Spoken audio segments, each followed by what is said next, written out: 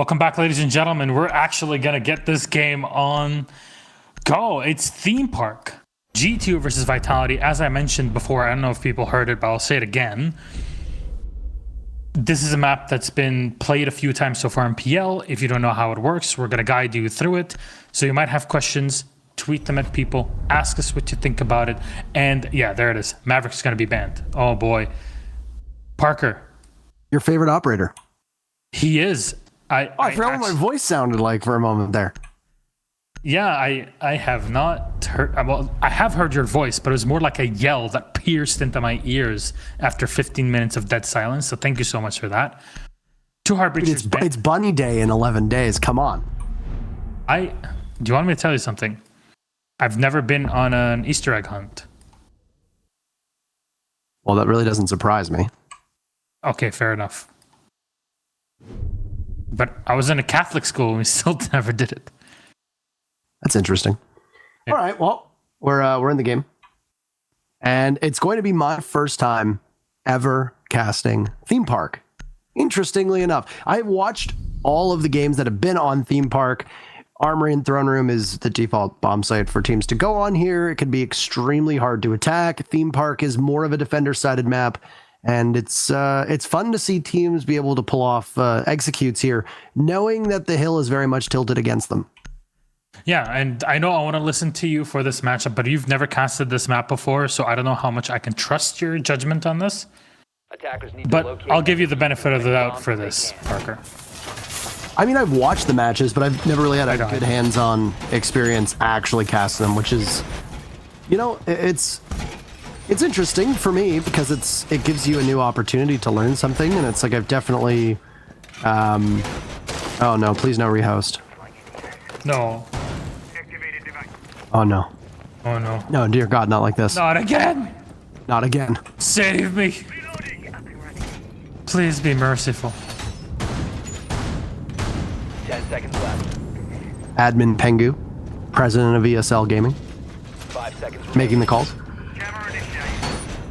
I wonder what these meetings between Pengu, president of ESL Gaming, and Mr. Bikini Body, president of Rainbow Six, are like for the balancing. But, oh, he's good. He's good. Woo! It's good. He's alive, Parker. No more Rios. For now. Thank Bunny Day. Is all I can say. Anyway, for people that play Animal Crossing, they'll know what I'm talking about. Anyhow. All right. So, my strategizing on this map and analysis will obviously be not as strong as usual because I haven't had the same hands-on experience casting it. I know that you are an expert. You casted it 2 times, maybe 3 times, I want to say. Yeah, 3 times, and I've reviewed like 3 other games as well on this and spent a few hours strategizing on it. Honestly, I completely agree with you. Like, this map is so tilted towards the defense, which is the case for most maps that are also brand new. But you have all the utility to get the work done. It's just, for me, I find that control room is always sort of a death area for attackers, unless it's a throne room defense, because you don't need to worry about nitros from below. I don't know how the setup's done. Oh, nice position actually there for the Valcam, but check into initiation and check that bunks area, because you see there's a long angle being held by the defender, and I believe it's Sigi there on the Valkyrie. It's a tough angle to fight against, even as an attacker with an ACOG, because you just don't know how to expect players through there. There can be many bullet holes that you can't even spot yourself. They're upstairs inside of office now. I really do like the one thing, and this is the thing, is that anybody who's watched has heard you guys cast it, but now I get to give my thoughts on the new Theme Park rework. And I like how they've condensed the train area. They basically just removed it from play. You've taken initiation, you've just kind of squished it together with bunk. It's quite nice, and it obviously there's a buffer space, which is at the top of arcade, and then over on the other side, which is the top of yellow stairs, there's that long buffer hallway, and it's really nice, which is called Yellow Corridor. And I also like that the devs have started to kind of move the calls towards the colors of the rooms and the stairs, because that's really easy for all of us. I don't know what Pengu's doing, but I guess technically G2 gets the very first kill off of Virtue taking out Bibu, but by eliminating Kanto, I don't know. I don't know if it's just a blood for the blood god. I don't know. Rehost has been called, as both teams will now go back to a 3v3. as Kanto will sit this one out, and the rest of the team will attempt to recover as they are very close to being able to push on into Throne Room. They've opened up one of the walls at the bottom of yellow and will now flash in to try and possibly burn the ADSs that were set down by Bibu. Not smart for Citizen to push up without anybody checking, and G2 are getting collapsed upon. They won't get a single pick in the very final 3 as the former G2 member Gogo will make them pay for it, and that should be a rehost with the very first round. Unsurprisingly, a defender-sided affair here for Vitality. Yeah, and I just want to mention this to people that haven't watched this map yet. Throne Room is the most defender-sided map, like so far, the defender-sided site on this map. In general, this is what happens with a new map being introduced in the pro play, is that it tilts more towards the defense by default as the attackers figure things out and have to face things that are in meta on other maps that might take a bit longer to get used to. That's number one. Number two, Throne Room specifically is a site that doesn't really give you much in the way of soft destruction. From above, you're limited as an attacker to few really strong angles that you can use that are very close, like between the office and the hallway initiation. Well, not hallway initiation, I can't use that. But there's some angles that you can really use to your advantage. The take here is control of yellow hallway, control of yellow stairs, and from there you breach into armory. However, if you had prepared grenades from the office area, maybe you would have been able to push that bandit away from position and actually go for a take. So I'm unsure how that was prepared there by G2, but it's very I don't want to anticipate this and say like, they lost this first round on the attack, it's all over, G2 washed. That's not how it works. It's never how it works on a new map. It's a new roster, yes. It's also a new map that they haven't played. Both teams are unsure of. The attack will be very difficult, and the site in particular is immensely difficult to attack.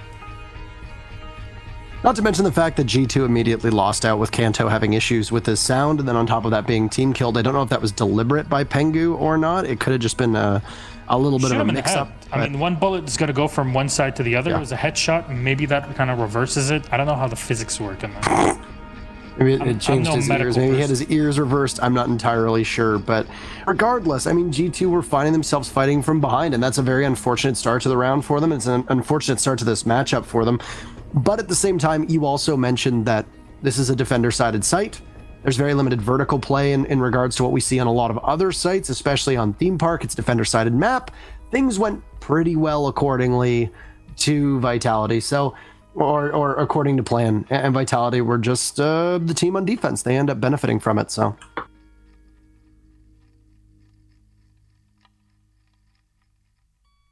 So yeah, we're just waiting on that rehost. Honestly, it seemed like G2 really wanted to push into Armory and push their time advantage that they had, but you need the utility for it too. So unfortunately, they're losing Kanto to the team kill. Hurts a bit more than what one might imagine, because you have players that are pinned around hard points in that site in Armory and in Throne Room, and if you have Zofia, you knock them out pretty easily by using your stunts. It's great for crowd control when you have to walk in, but also this is a site that requires you to push in from multiple angles. The more angles and locations you have to push in, the higher the chances of you winning it. Yet even then, it is still very difficult. There's the maintenance area, that is the area right behind the dragon. You can divide it in half. There's one that peeks into yellow hallway. There's the other one that is called kayaks. At least that's the way I'm calling it, because there's some kayaks that are stored right above in that maintenance area. And that wall into Throne Room is sometimes a location that the attackers will try to push into, force themselves in, because you have a bit of a safer position to plant behind the throne itself. However, it's very difficult to get to that point because you're always so exposed to so many angles. So again, I think this is a site that 20-second meta be damned. I think a lot of people are overusing and not correctly using that sentence and that description anyways. I'm not going to get into that, but it's a site that is super open once you get into it as an attacker, and you can exploit it maybe to your advantage, but the defenders have so many spaces to hide in. You can't really push them out of it. If you want to rush into them, they'll know where you're coming from and when you're coming. It's very difficult to lose, honestly. The place that you're referring to as kayaks is at the back of maintenance, and that's what a lot of people call it, maintenance.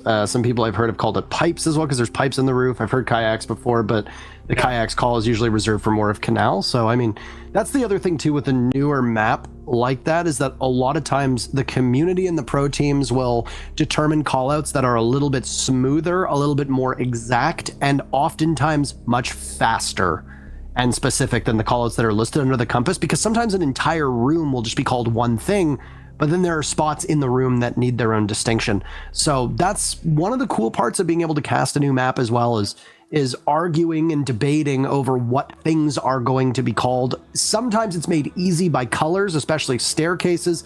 On the new cafe rework, you had bar stairs and still brown stairs for most people to go off of white and red stairs, you know, and then on Canal, all of the staircases are color coded. So those were really helpful too. It's just little ways that we can make it easier to call a match and make it more digestible. However, there are currently some server issues going on right now that are preventing us from getting back into the game. And because of that, you might be wondering why we have been talking so much. We were trying to see if there was just simply relief coming. However, there's a break ready, so please, more patience. We'll be back in a couple minutes. Thank you so much.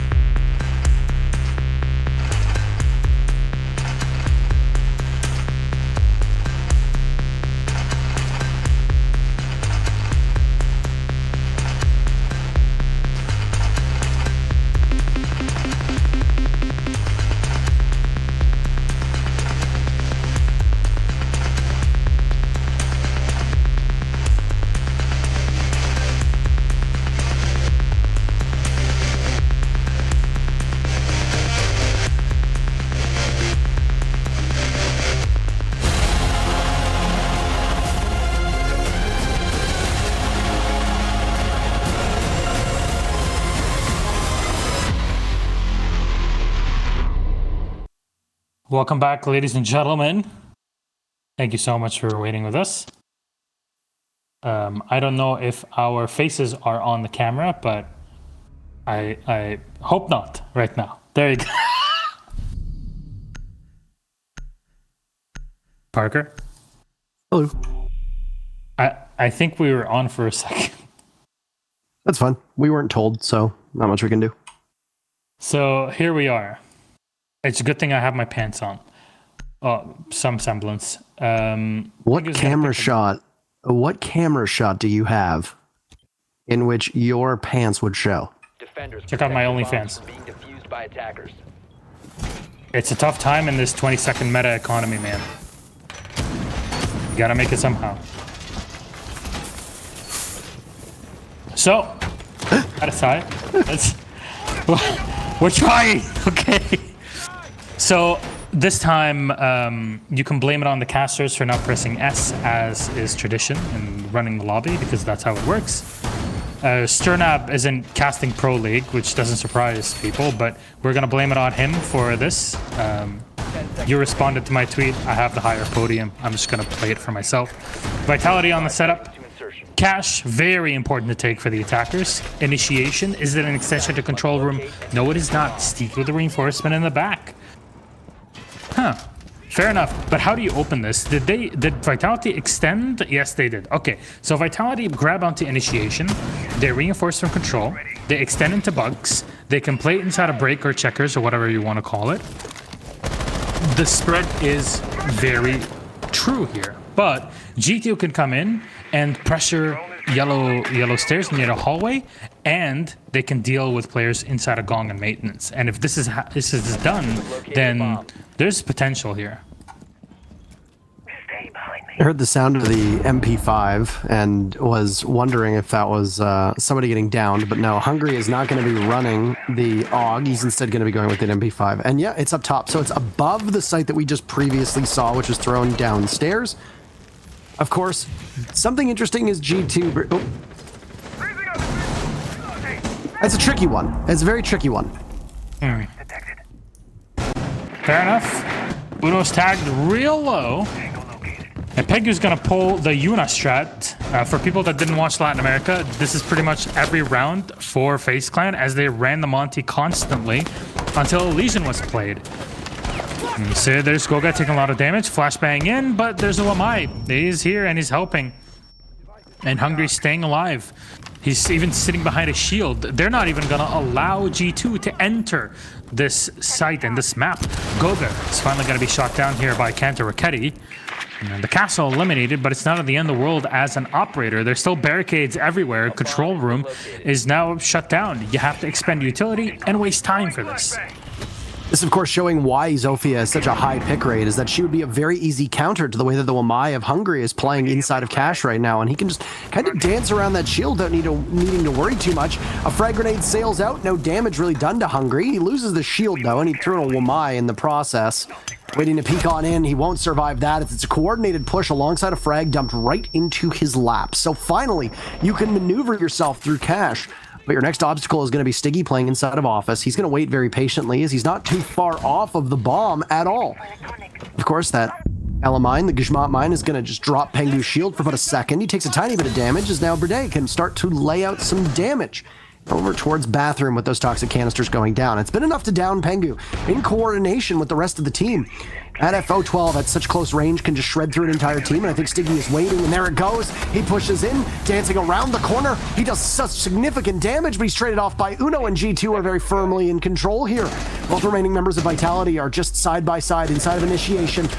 Q will spring on in, down goes Citizen to Brede, but the coverage from Vitality will need to be better than that. A third kill for Uno as the plant going down will happen quite successfully, and Kanto Raketti, he'd gotten the very first kill, he'll get the very last. G2 will take the second round.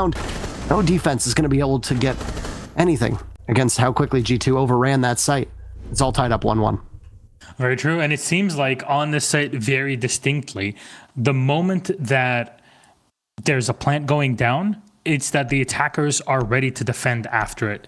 There's a lot of potential for you to just hold it. It's a very high win rate, very good for attackers because it doesn't... it doesn't give you opportunities as a defender to retake it that easily. It's very difficult to get into, but once you're there, it's done. I want to compare it to, for example, Bank. I know Bank is out, but this is a good comparison here. You saw the Ela being brought out, you saw the shields. This is like delay on blue stairs in Bank, something we see quite a bit of, very common strategy. It's pretty much the same thing here was employed. It's just done on a more of a horizontal plane, and you still have those funnel bathrooms and such where people have to go in. They're gonna get shot in the face, but you saw, look at Vitality, how much damage that they did to G2, but they weren't actually able to get the picks that were necessary for the victory. Had you finished off the 2 players that were low on HP, round would have been completely different than what we had so far. But that's the disadvantage of, you know, putting all your eggs on one basket. And the players from Vitality were locked in one location. They were shot down. And by the moment you're sitting initiation, it's not going to help you. You use initiation to slow the advance, not to retake from. G2's made one change to their loadout, and that's they'll bring the Zofia instead of the Thatcher, and I think they're going to learn from how much easier Zofia would have been against what we saw from Vitality. But Vitality has made a change-up of their own, bringing the Clash with Goga at the wheel, and then Hungry switching off of the Wamai and instead going to one of his most dependable operators, which is Smoke. But Sui also have Brede, who can play Smoke too, so there's lots of flexibility on that role for Vitality. Regardless, G2 obviously really liked what they saw, and they're going to go with something very, very similar. Pengu was a great distraction on that previous round, and Shield will collide with Shield here, no doubt, as it's yet another Office and Initiation defense, 2 in a row for Vitality. Throne Room will unlock after this round, and then we'll see if it's really truly as defender-sided or if it was just a fluke because of the issues that G2 were having.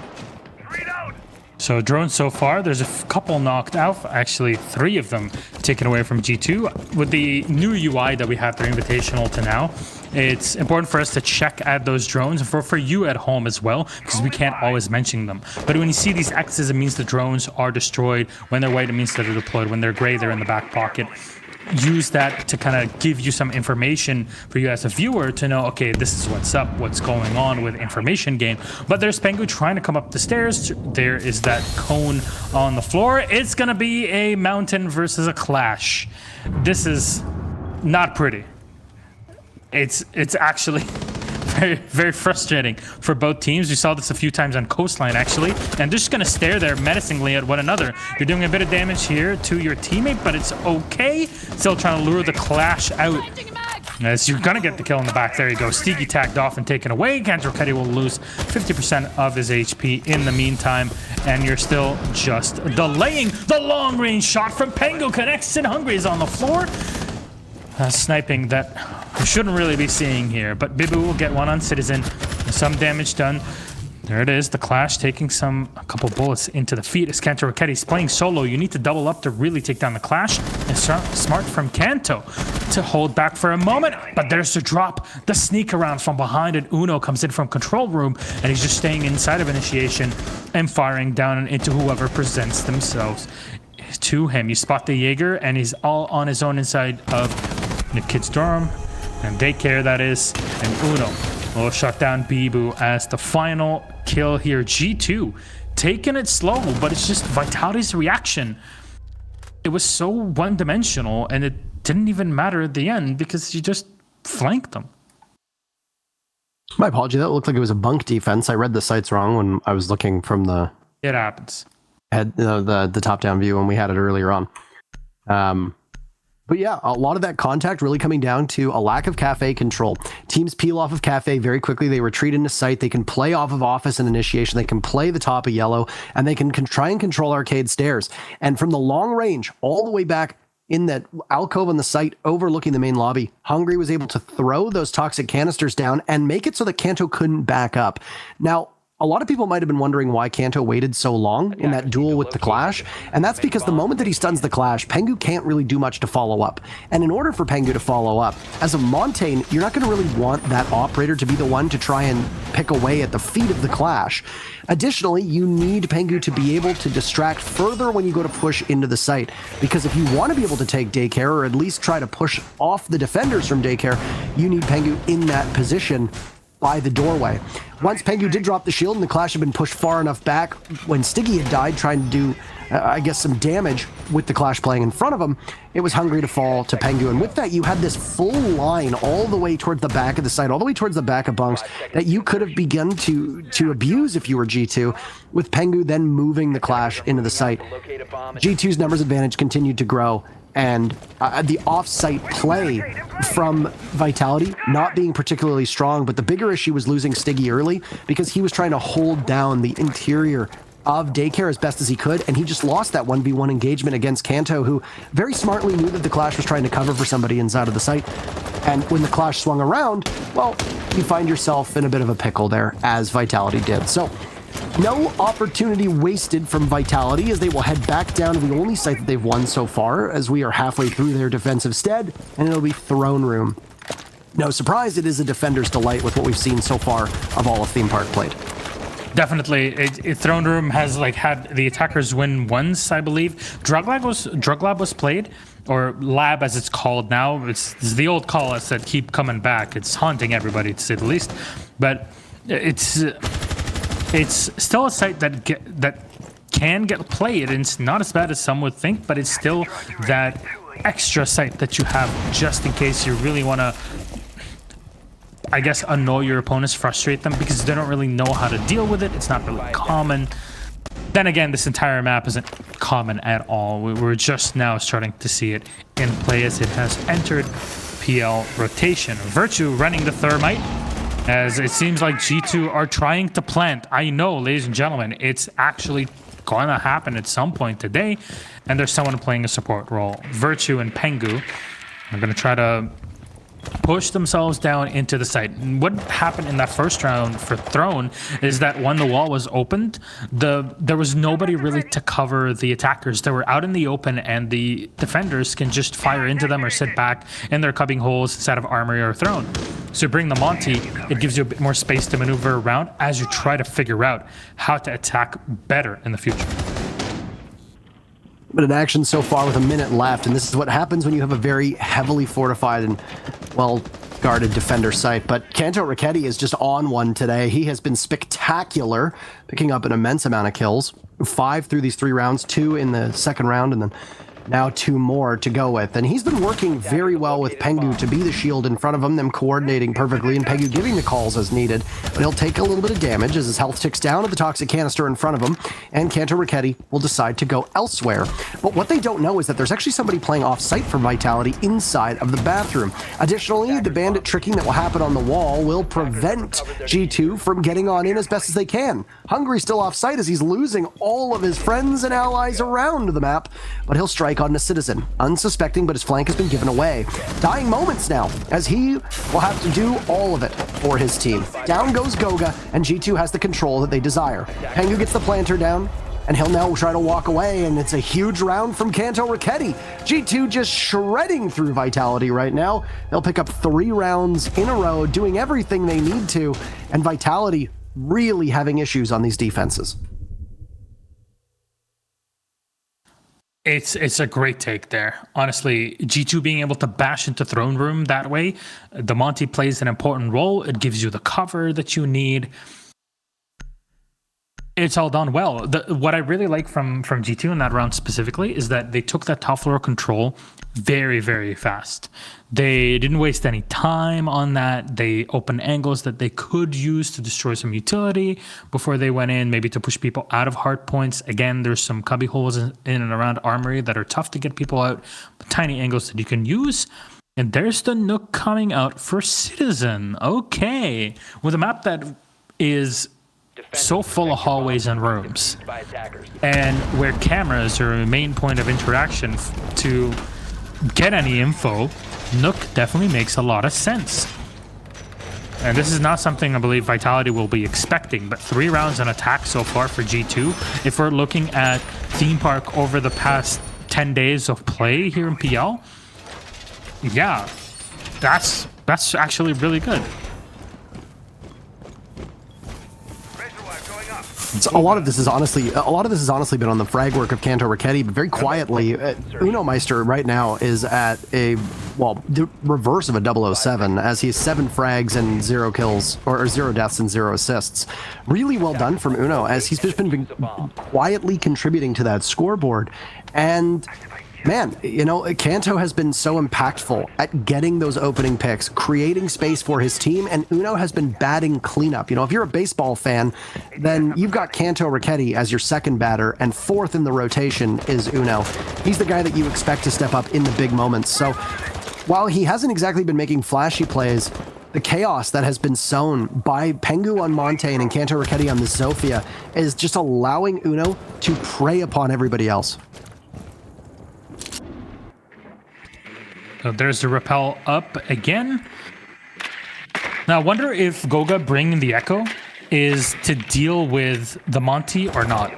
Because the Nook actually now will be even better of an operator pick if you're able to sneak about the map correctly.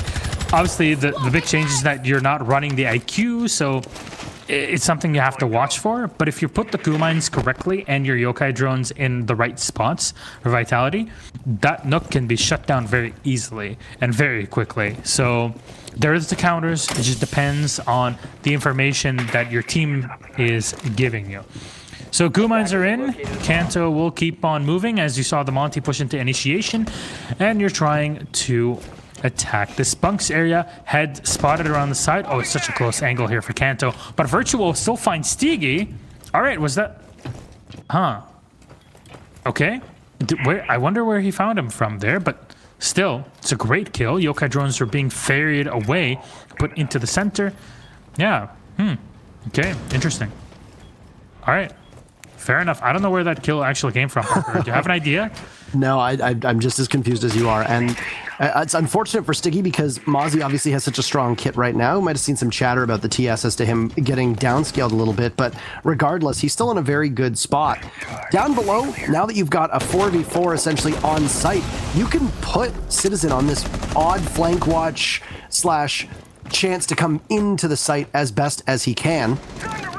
There goes a frag grenade from Uno from above, and Citizen lurking and lying in wait. Well, he'll take out Hungry. These are very common spots to see the nades get tossed up by Uno, but they don't net anything, as you don't see any HP dropped from Vitality. Still, the time is very much on their side. And the question is going to be, in the 30 seconds, will G2 be able to pull off this execute? Missed opportunity from Kanto Raketti as he pulls the trigger a little too slow on Bride, and then Uno hitting a Goo mine, well, he's punished on Arcade Stairs. It's 2 for Vitality, answered back by Pengu. They know that they've got the Legion in place, and, well, the posterior of Bride is spotted by Citizen. Amidst the smoke, it looks like the diffuser's going down from Pengu. It could be stopped as we're in the 8-second territory, but the Jaeger is nowhere to go but down, and 3 kills from Citizen will lead the way on round 5, giving G2 their 4th round in a row. The only one for Vitality going the way at the start before that lengthy rehost that we had. Since then, it's been G2 all down the board. Very correct. And in that case, I love the way that they put Citizen not only on the Nook to try and evade cameras, but also having players around him making a lot of noise, where he's crouched down and waiting for his opponents to peek into him or to expose themselves, and he's waiting to punish. It was very well done and very well played, even though we didn't get to see the full potential of the Nook as we got to see it, for example, on Bank in the past. I think between Slash and Aces, we saw a ton of success on it. Even a game, I believe, against G2 on that map, specifically before it was taken away or out of the map pool here in PL. Vitality on their last round here on attack. They're going to go for initiation and office.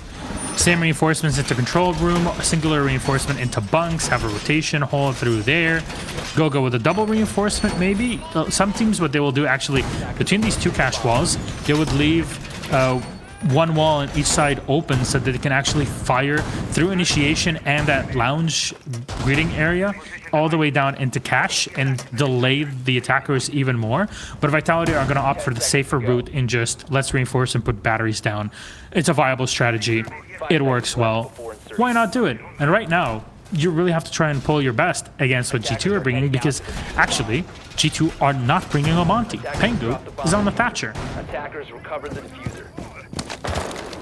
That was the role that Kanto had been on at the start. So G2 are going to change things up just a little bit, but the Monty's been working actually quite well. I think with the way that they want, it's just a constant threat of pressure looming in the back of Vitality's minds. And while Vitality can play a little bit freer if they know that there's no Monty on the board, further it'll make Hungry's smokes a little bit different, as he tried to gas out the Monty a couple times, and instead one of them was used to try and isolate, or at least cleave through the middle of the push that was happening by pushing Kanto Raketti towards the back of Arcade Stairs. So if Vitality reads into this properly, it might be easier for them to deal with G2's aggression, especially without that forward-thinking Montaigne leading the charge. But down goes Goga.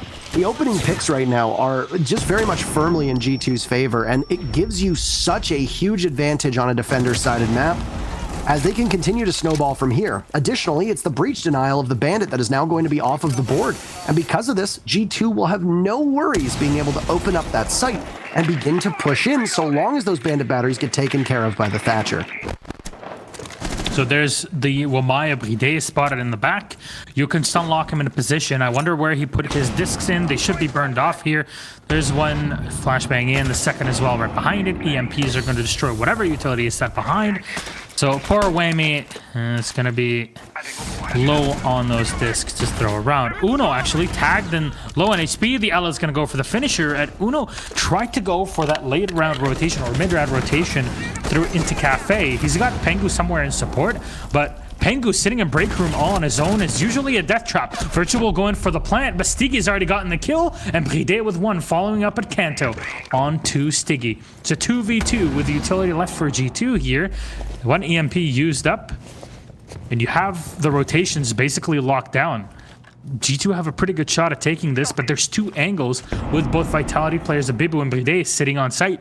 You're stunning, but you're unsure of where your opponents will be coming from. The Jaeger watching one spot, but Pengu will win it out in the gunfight. That's the Air 33 for you there with the angle grip.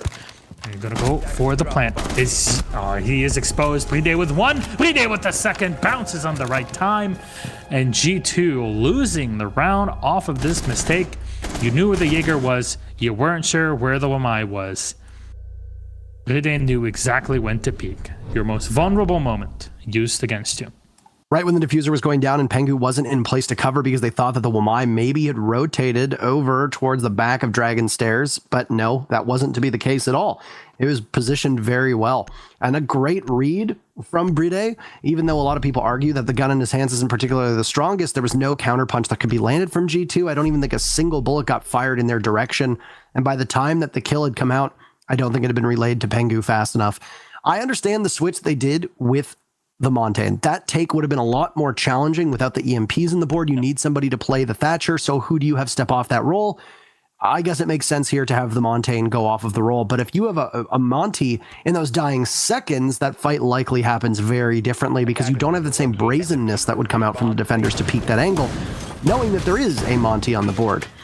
Regardless, ultimately, what is supposed to be a defender-sided map broke very much in the favor of G2. When you look at the operator bans, you've got two hard breachers taken out and then a Mira and a Goyo. Goyo does see a fair bit of play on this map, at least in ranked, but that doesn't really apply here as we're still trying to solve a meta, or at least figure out a meta on Theme Park from the 5, 6, 7 times that it's been played across all of APAC and EU, LATAM, and NA now. So we'll keep our eye on that. Regardless, a swap up for defense is now it's G2's turn to go on to D, and they're going to bring a Pulse on the board. Intel Ops in the hands of Citizen and Uno, with a bulletproof camera there for Pengu, so no explosive potential. Instead, they will leave the C4s for Citizen and Uno, but instead Citizen will bring a deployable shield, showing the strength that those shields have, allowing you to play angles, especially with magnets or ADSs, to stop those projectiles from coming in to shake you off of that position. So again, maybe Vitality will be going for the same level take here, but you have to drone out Uno, and he's just getting all the information. Again, I want to liken this to, you know, playing Bank, playing Consulate, these positions that everybody's used to saying. For example, in Consulate, downstairs in servers area, this is how we're trying to bring this map a bit, you know, make it a bit clearer for you if it's your first time watching it or playing it or seeing it in PL in general. No, just waiting to break open that hatch. You're expecting maybe a Nitro cell to come out at some point. You got to be careful, but they're still going to find the kill on Uno. A big kill here to open things up for Vitality is going to make their entrance a bit easier. You don't have to worry as much about Nitros from below. Uno was trying to Nitro players dropping into control room, which is why I called control room earlier in the very first round being more of a death trap for many people if they don't come in prepared correctly. But Vitality definitely were. I talked about how pivotal that opening pick can be on a very defender-sided map, and then the Pulse, who was going to be instrumental at being able to give greater intel, is now gone too. We see what happens when teams on any map, doesn't matter whether it skews attacker or defender, play without somebody who is a very heavily invested intel operator. We've seen it when teams will run just a Maestro and nothing else, that when one or two of those Evil Eye cams go down, teams just don't have the ability to counter what is coming from the attackers. You don't know where they're going to be pushing from. And that becomes a significant issue. So G2 will hunker down for the final minute now, and Kanto is as safe as can be. He's got an ADS, a mute jammer, and a deployable shield in front of him, so an absolute smorgasbord there it is. As a Magnet will take one of those projectiles from the lifeline, and then finally get the shield. This has made Kanto a little bit more vulnerable as the attackers begin to push on in, but they are still a little bit of ways, and they will have to confront the guns of G2 that are trained heavily at the doors that Vitality will need to enter through. Yeah, and this is why control room, again, is a death trap. Nitros from below, people that can look at you and stare down with a shield from bunks, it's very tough to deal with this. But it seems like Vitality might be doing the same thing of trying to enter the break room, but Stiggy's going to be lost on the rappel there, and Citizen will find another one on the Bibu. Again, long angles from inside of bunks. Virtue will find one more, and now there's two left inside of control room. How do you get out of this? You really don't. Virtue's going to get the first one. All the other four from G2 are doubling up. They know where this is coming. He's just going to hold an angle for this one. He's known as a clutch master for Vitality, but this is not one you're going to be able to clutch. Kanto Raketti swings wide, and the Jaeger will collect the headshot on Wade. That's a G2 at the helm, 5-2 up. I was wondering if Brede was going to pad his stats right there, but no, you were talking about control room being as crucial as it was. G2 left the one wall soft so that they could return fire if they really needed to, and basically force the utility from Vitality to go towards the doorway. And we saw it firsthand, how strong Jaeger and Wamai can be together on the very first playday that these two were used. That was a great example of what those two operators can do when you're trying to go through a very narrow way forward. We speak and use the word funneling often when the final 20 seconds come in and a team needs to go through a doorway and there's no wall broken open, there's no soft destruction that's been done, there's no control from hatches above. And when you see a site like Office and Initiation, you know that teams are likely going to stack up by control, or they're going to try to go through cache and maybe get some control from there, pardon the pun. Wasn't the case at all in that setup. It was a very control room focused take from Vitality, and G2 were never shaken off of it. They forfeited a single pick in the entire fight that happened around control of the site. And Kanto Raketti and the Wamai of Virtue just played around the walls, played around the hard walls that couldn't be shot through, and the soft walls that simply weren't taken by Vitality. Add to that the magnets that continued to grow with Virtue's ability, stopping anything that was tossed in from Vitality, and Kanto Raketti just being Kanto Raketti and peeking and landing shots. Well, what are you going to do if you're Vitality? You're utility starved, you can't really engage in fights, nobody is peeking you effectively, and you have no advantage over the setup that has been put together by G2 here. Really tough for them to do that. But that's that round. We now look towards round number 8, and G2 is going to stay upstairs, but they're going to go over to Daycare and Bunk. So Throne, being the most defender-sided site, or at least the favored site by so many teams that have played Theme Park, will not appear again. G2 not wanting to use that either because they think that maybe teams have figured it out, or it's not quite as good as you'd expect. Don't line up in cafe, push in. If anybody watched Latin America, that's the exact strategy that people tried to play against Liquid, and it just did not work. At least the fortunate thing here for Vitality is that there's no shield in the hallway sitting, and there's a late reinforcement coming up from Uno inside of Bunks. They're going to fall back because they know where the assault is coming from, and you just play it safe. You don't need to overextend. You have the right time to do it. I wish you could reinforce as fast as you could in operation that we had in a couple years ago after SI 2018. So quarantine definitely, fits the mindset of those late round reinforcements. We're going to see a drone coming in from this rappel inside a break room. And honestly, coming into break room is not a bad idea, but there's just so much for you to watch. Goga actually is going to come in through arcade. We'll find one citizen on the dive out, lands into a claymore, and Bibu will collect him unknowingly even. Now it's 5 from Vitality versus 3 as Pengu's rotated back with an SMG-11, a headshot collected on 3B. And falls down right next to those arcade machines. Long angle to be played, but there's Steaky actually that gets one, close to downing the second there, but Steaky swings wide and gets a kill hungry to turn into Pengu and take him out. I don't know what happened there inside of the daycare with the Ash, but it looks like the Ash should have died like 7 times over. Well, Maya in particular looked like with the pivot that Virtue had would have been able to grab 2 kills, didn't do that. It was just a go for broke play from Vitality. They essentially were able to cut through the defense, getting that very first pick, and then just breaking into the site. And they won. I don't think G2 was expecting Vitality to be as aggressive as they were. And with Vitality's play, they decided we've got a pick. We don't necessarily need utility here. They're running a composition where we can just spring into the site and engage them. They don't really have that much pressure off site, at least none that we need to worry about, and none that G2 is going to be able to trade out. And it was pick after isolated pick that Vitality thrived off of. It was a very utility-less round from Vitality, if I'm being honest with you. They did a lot of discovery work with that drone. They were able to gain the control outside of the sites that they wanted. And after assessing that, hey, we don't really need to do that much. We can just walk right in, get a couple picks, or at least 1 or 2 picks, and then take control of site. Why don't we do that? Somebody on that team made the call, and I'm assuming it was not a call that was premeditated. It was something that was called during the actual action and worked really well for Vitality. So the setup now from G2 involves a castle with a defense in depth style of play, rotation into barrels from throne room, Virtue even setting up on top of the throne itself, an extra shield. So bring the castle here works fine. This is reminiscent of the reciprocity game against Evil Geniuses where the defense wasn't lab. In this case, you're kind of running a similar style of play where you have to extend into throne room and peel off from there in, again, that defense in depth style. But your site is actually throne room. So it allows you to thwart your opponents, and similar again to playing bank, this is how you would be playing inside of open area.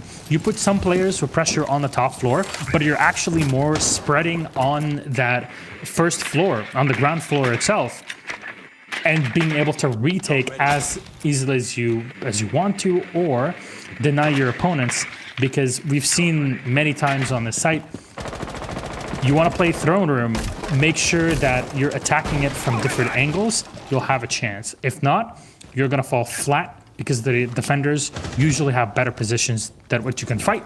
Big was going to find the first one onto Kanto. Definitely doesn't bode well, though, for this defense. Answered back, though, by Citizen, who gets shot in the back, taking out a drone, hunted down from the Zolfia, and while Bibu having trouble securing, and there he goes. A bit of an issue with him taking out Virtue. Finally manages to get it, and down now goes the castle of Pengu as well. He's caught in a cross. This upstairs endeavor by G2 has not been the play. It'll leave Virtue and Uno on site, and as the water begins to get up to head level, you have to ensure that if you're G2 that you're not drowning from it. The first pick, unless my marks are incorrect, has gone to the attacking team in every single round. And I mean, if the attackers are just bull rushing in, that speaks to 2 things to me. Number one, the defenders are still trying to shake out exactly how they want to play. Teams are still experimenting with Theme Park. These squads have never played it in an official match. And I mean, I can't really fault them. There is a lot of experimentation that can happen right now, right here between these teams, and God knows they might be taking it a little bit lighter given how long it took them to actually get into the match. There might be a little bit of fatigue that is set in from the stop and start nature that happened after that very first round. So if you've got time, why not use it to your advantage? Figure out what you want to do. And it's a good point because I've been seeing those posts on social media, and yeah, of course it's exhausting. You're spending around 45 minutes just waiting for the game to start. That just mental pressure kind of pulls you down, and sometimes literally in the case of the video posted by Kanto. With G2 2 left against 4, and Echo is definitely a great operator to have in clutch moments, but when there's so much manpower on the opposite side, it's just very difficult to deal with them. And yeah, it's only a matter of time until your angle is found. Uno will find 1 kill, but for how long can he survive? His position is known. As he's rotating away, the barbed wire will give his position even more. Nitro Cell, unfortunate there, but it's actually delaying Bride. It pulls him off the plant for just a second, but too far back. The plant's gonna come down. He's gonna find 1 kill. Turns it into a 2v2 with Virtue on the floor. Does he know there's one in armor? Yes, he does. But the lower rate of fire of the AUG is not going to help there. Bibu got support, and Bride is going to confirm the kill. It's all done. There you go. They're fighting back, I have to say. Both teams have been so effective on their attacking side, and this is just not the usual way that you see a matchup on a new map with so many avenues that can be controlled by the defense. No, if I'm G2, I'm continuing this cycle to find something that works. You managed it to make it work on Office. That's why it was locked for the final, the last 2 rounds that they played in. So why not go back there? I think it's very beneficial. Vitality picked apart the G2 roam upstairs within a matter of seconds, really, of them entering the building. They entered through control room. They had control around control room. They were able to dislodge 1 member of G2 that was playing inside of bunk, and then the other that was playing inside of initiation. How are you supposed to combat that when you've lost 2 of your roamers in such a hurry? And then another member of G2 went down that I believe was playing on site. So Vitality had split their forces. They had 2 members of their team up top that were entering in. You had 2 on drones, and then a 5th member that looked to be entering downstairs solo. That's the kind of confidence that you want if you're a team like Vitality. And I mean, you're going to be doing the interview, but one of the things I want asked, providing this isn't a draw, is just simply what happened to skew this so much in favor of the attackers. Yep. Because this is kind of uncharted territory. The defense have won 3 of the 9 rounds played so far. That's not exactly what we have seen historically from Theme Park played in competitive levels. So who knows? You were talking about this an hour ago when we actually were starting the game, and we're thinking, this is, Intero casting G2. Usually that means it's a W, but this is G2's time where usually they lose. How does it work with Vitality? It's their time to win on schedule. I don't know. Right now, the tie is a big possibility. It all depends on how well Vitality play this now on G2's side of defense. They're bringing the Ella, and I'm quite intrigued. I really want to see how you play the Ella in this. Is it going to be the same way of playing the FO12 on the bathroom? I'm quite curious, but there's the MPs being prepped. Billy's going to chuck one in. It's actually going to be captured. The other one will fly in, as now both the MPs will pop. Was captured by a Y disc. And there's control room, at least the wall of it.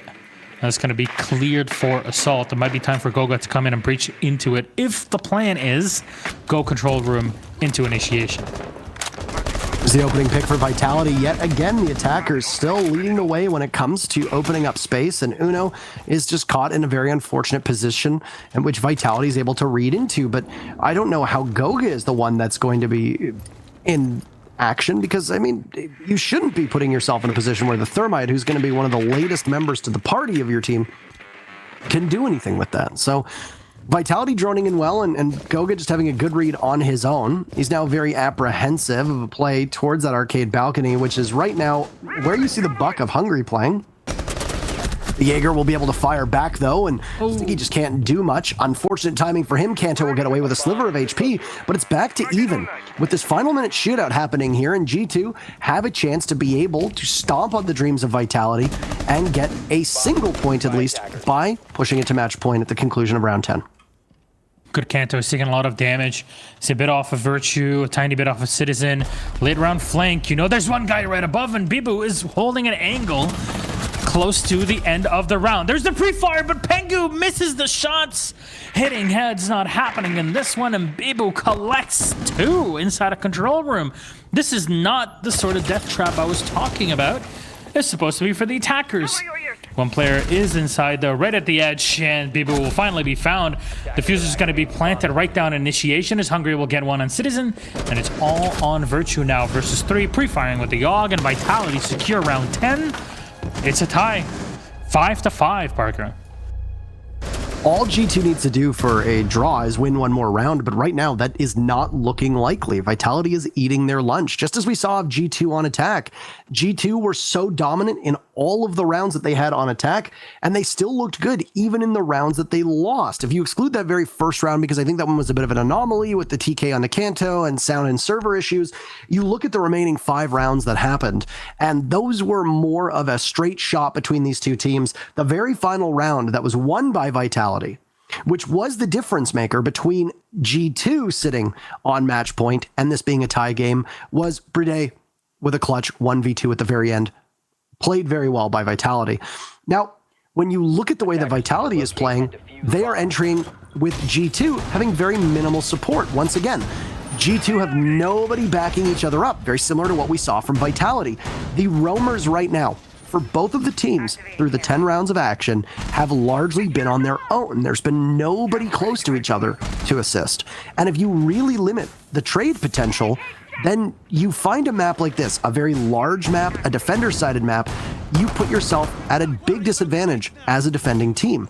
G2 obviously want a good spread with how they hold that map control, but the problem is the map control isn't anywhere near as rock solid as it looks. Just because you have presence in an area doesn't mean that you can't be droned out, flushed out, or just simply removed from the match or from the round in particular.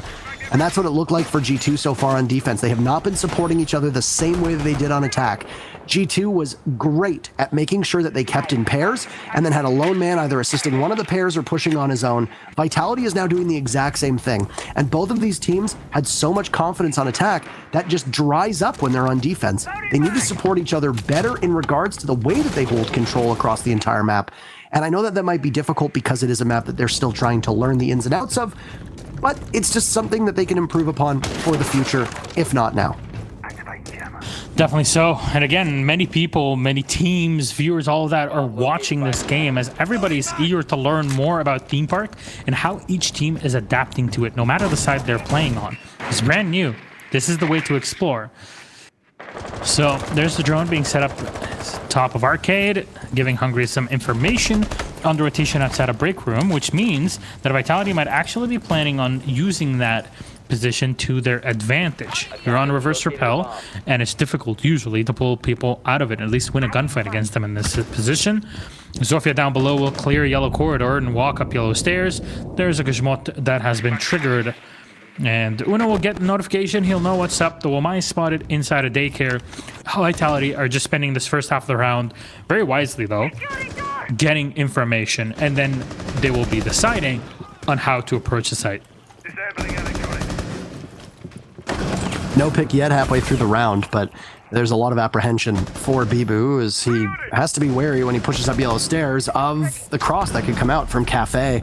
Two great picks from G2 reading into the situation, and now they will try to dogpile onto Bibu on yellow stairs as a grenade is primed and ready, hucked in by Hungry just to try and give some space as he pre-fires in. He's gotten it down onto Pengu through the wall. Unlucky for Pengu, but well played by Hungry. He's got control towards the back of the site now. Or rather, where he wants the site to be. He's still got a couple walls to actually get into the site itself. And he'll chip away with that soft destruction. Bibu is still just waiting on borrowed time as he's low on HP. And the Thermite of Gogo will walk backwards into Virtue. Another play from Virtue. He'll look to secure. He'll get it. And he's a man on a mission now with Hungry in hot pursuit. He was getting droned on in, but the Buck won't be able to do too much as he moves out of break and heads towards the top of arcade. Look at all of the different machines that lie in front of him, but he's caught in a multi-angle crossfire. He moves too far to the left, he's gunned down by G2, too far to the right, and he's in the same circumstances. There's no salvation for Hungry, as it'll be match point for G2. They'll look to put the dagger in the hearts of Vitality fans as we'll go to final round of this matchup, round 12. A potential tie is underway, but we might see a victory. I love the arcade noises in the back, actually. But we're close to it. G2 can take it. But they still need to win this one round. They'll go for Bunk and Daycare. What's the play for Vitality for it? They're going to still bring a similar lineup as they did before. I'm not sure if Pengu would switch off of the smoke. But I believe there won't be any 6 picks for this one, right? Oh, there's the Falkov duo clash. Oh, there's a Zofia, though. Bibu usually plays the operator as well. Stiggy's been taking up the IQ in the past, year or so of the player being on the squad, around 8 months. Attackers need to locate and defuse So that the bomb. clash can actually prove to be detrimental for Vitality. G2 really pulling out the operator that can disrupt the most at the right time. And I don't think this is something Vitality are expecting, even though they're bringing a counter to her. It's just the Zofia is that standard pick that you'll be bringing a lot of times. I don't think there's a single operator lineup on the attack where bringing a Zofia would be a detriment to you. So you have her, you can stun the clash out, but you need more of that map control. And something Vitality have been good at is somehow still entering through that arcade window and taking control of the arcade hallway. I don't know how they're doing it, but it actually works pretty decently. So maybe this is a play to expect as CG2 setting up, maybe themselves expecting a push from the cash side of the map. By the bumper cars, see the spawn of Vitality. And control room is still up as there's an extension from bunks into initiation and reinforcements into control room, which is the usual way of playing here. All about extending sites.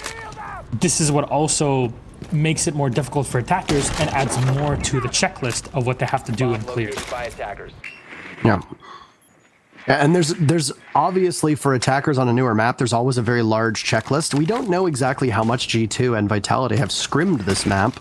Maybe not against each other, but just in general. I mean, maybe these teams have a wealth of play when it comes to this, seeing theme park, but we just haven't seen it in an official matchup yet. They definitely know the angles, though, and if Vitality can get a very successful first pick here, then that will be huge, as it was G2 in the previous round with the very first defensive pick, and that we've seen at all. The attackers have been very much in control of setting the tempo and pace by opening things up in this match. Zofia in control, Dragon Stairs at least, and there you go, close to finding the kill, but it's actually Bibu that takes a lot of damage from the Wamai Virtue, who just falls back and plays the other side of initiation. You don't need to keep peeking, you just have to do the damage, and over time this is going to compound and give you bonuses over the round. You have a clash, you have smokes, and you have a map that naturally funnels attackers in. There's a lot of potential here. But the Zofia is going to open an extra angle from control room wall, as only one side of it is reinforced into initiation. And there's the Thermite setting up to breach into office. But because this isn't an initiation office defense, it doesn't spell doom for those defenders. But look at Stiggy coming in from the back of Cafe. And if he has the information, he can actually pounce on G2 and find a kill or two without the team realizing that he's coming from here. You see there's a Jaeger set up and nestled inside of that vault. And up close, he's waiting for the clash confirmation. There's the kill, and he's going to look around. The Jaeger's not reacting. Pengu already took down Stiggy. And it's a 4v4 now. That big operator, the clash, is down. Uno finds 1 and 2 now on Bibu and Bride, and is left with a 2 at Vitality to try to take this round and make it a tie on the 6-6. But G2, they need those 3 points. They want to push ahead in front of Team Empire. The grenade, not even prime, just rushed in. Hungry with 1 kill on Uno, but his teammate is down. He's trying to collect 1 more maybe in the back, but there's 2 left. He doesn't even have the fuser, and he has 1 HP pretty much. As he walks around the corner, it's checked in daycare. He's done, he's busted, and no time to play. 7-5 victory for G2. Victorious against Vitality. Well, that was as much of a banger of a match as you could have hoped between these two teams. Their playstyles matching up, and on a map that we don't really see all that often, or haven't really seen that much of. So kudos to both of them in their engagement, and some great individual plays here by both teams. But the greater team effort, I would say, goes to Vitality despite them losing.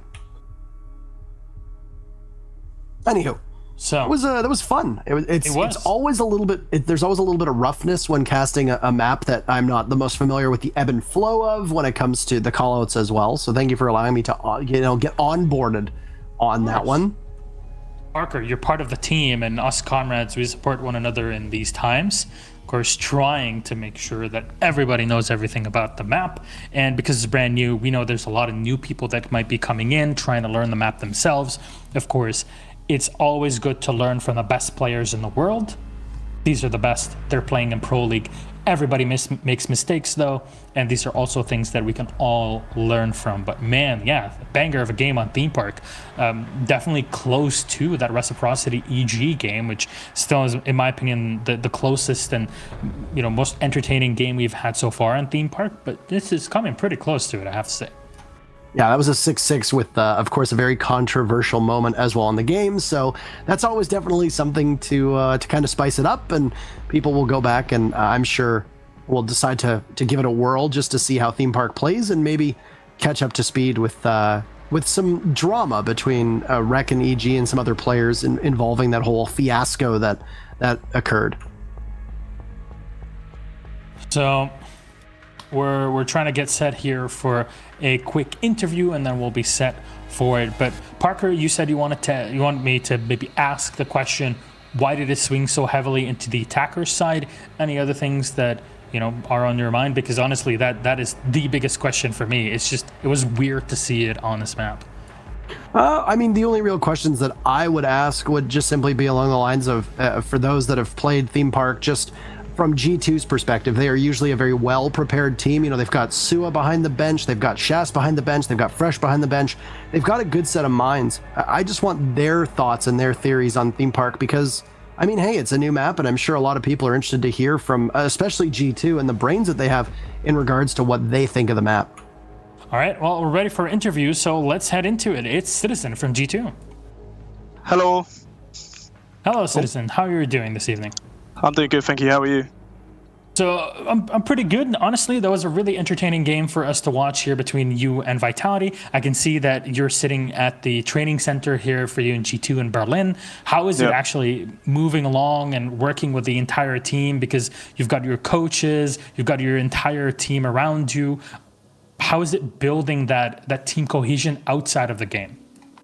I think it's really good working together like in real life because you can eliminate all the problems there and then. There's no like online where you have to like message people and stuff. You can just tell them face to face and they take it more seriously.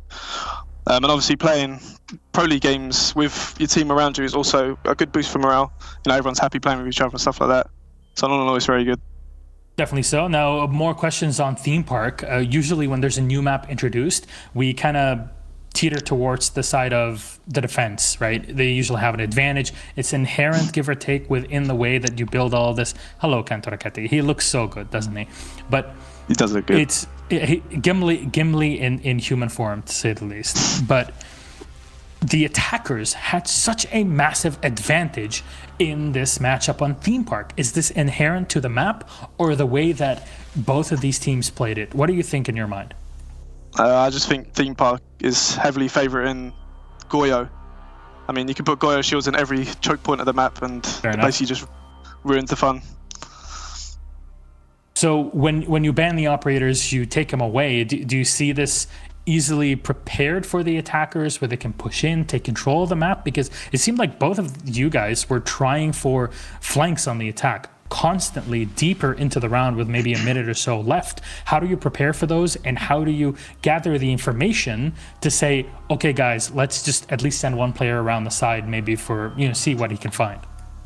I mean, so when you spawn, basically you just open the backside of where you're going to push with one player like I was doing, like when I was playing Ash, and then obviously you attack the side that you want to attack, and you just keep pressuring because there's a lot of choke points, especially over the cash side. Like there's a lot of choke points and corridors and doorways, so there's going to have to be crossfires. So there's 4 people minimum having to watch that side of the map, which allows there's only going to be one person watching the back, so you can just send any 2 attackers or 1 attacker just to come around the back and just basically just kill them. That's exactly what Uno did. Yeah, you know what? It kind of is reminding me of a lot of stuff that we usually see metagame-wise on Bank before it got removed from PL. Like the late round rotation into Garage, similar to what we saw here. The Pulse also being played in off positions, similar to also Consulate, for example. There's a lot of these sorts of plays, and I'm really excited to dig deeper into the map as this season continues and as it's actually getting close to ending. Then again, Citizen, thank you so much. Congratulations on your victory. Close one tonight against Vitality. Anything you'd like to say to the fans? Just thank you for your ongoing support. You know, even though we did 7-0 Empire and lost the other 2 games, you know, it doesn't really show how good we could be. But I think we have a lot of potential. So yeah, thank you for carrying on the support. Thank you says hello. Kenta says thank you, and we will appreciate you. Thank you, guys. And of course, on April 6th, on Monday, you guys will be playing against Na'Vi. So for you, this is definitely going to be a big game, history speaking. But that's in a few days. Congratulations again. And, well, we'll see you on Monday. Good night. See you later.